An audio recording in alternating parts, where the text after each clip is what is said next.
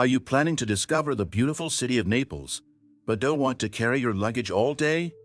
With RadicalStorage, you can easily store your bags in a safe and secure location.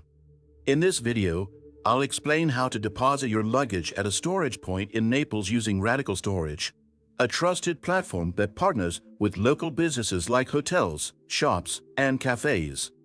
These storage points ensure your luggage is insured and stored securely while you explore.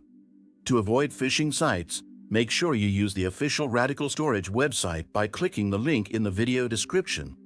Once you're on the site, finding a luggage storage point in Naples is easy. Just type Naples into the search bar, and a list of available storage locations will appear, ranging from spots near popular attractions to areas close to transport hubs. Pick the most convenient location for you, select the drop-off and pick-up times that suit your schedule, and proceed with payment. RadicalStorage uses secure online payment systems to ensure your booking is safe. After confirmation, you'll receive a reference number and directions to the selected storage point. When you arrive, simply show your reference number to the staff, and they'll store your luggage safely. That's it. You're free to enjoy Naples without the hassle of carrying your bags.